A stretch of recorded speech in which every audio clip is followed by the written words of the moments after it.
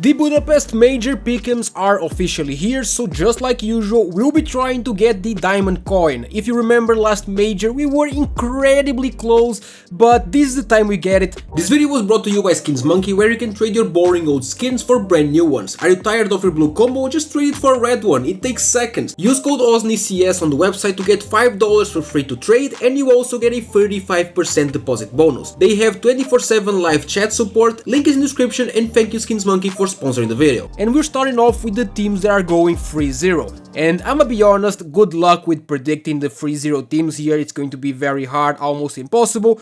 First, I'll go with Legacy. Looking at the matchups, they are most likely to go 3-0 in my opinion. They play really good Counter-Strike. If you've watched the tournaments that they've been in, they recently won CS Asia Championships, I think, and they made it to the final of, it was PGL Bucharest, I'm pretty sure, where they lost to Aurora in a super close game. So they play really good Counter-Strike, and I would say they are the most likely team to go 3-0 here, and my other pick will be FaZe. And I'm telling you right now that these will not win, and FaZe will drop a map or even two.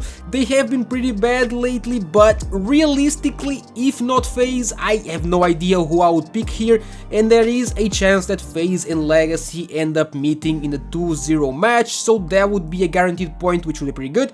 And then we're going over to the 0-3 teams, and here my picks are pretty clear. First, I'll go with the Huns. They have no experience in playing anywhere near this level of Counter-Strike. The only reason why they are here is because Mongols made the final of the last major and Asia got a lot of extra points for that. And the other pick is going to be Red Item. Yes, two Asian teams, but you could also argue with Red Canids or maybe even Floxo, but I think Red Item are just worse. Realistically, it will be almost impossible to get both 0-3s right, and in best of ones, there's 100% going to be upsets, but I think that going for the two worst teams on paper will likely get us a point here, which would be pretty good. And lastly, we're going over to the teams that are advancing. First of all, I'll go with Lean Vision. I can even see them winning the first BO1 versus FaZe, I am not gonna lie, but they should make it past this stage. The second team that I'm going with is Gamer Legion, and even though they have not been great lately, they have not been good at all. They have been changing uppers left and right, but I still think they are more than good enough to make this stage easily. I would be very surprised if they don't.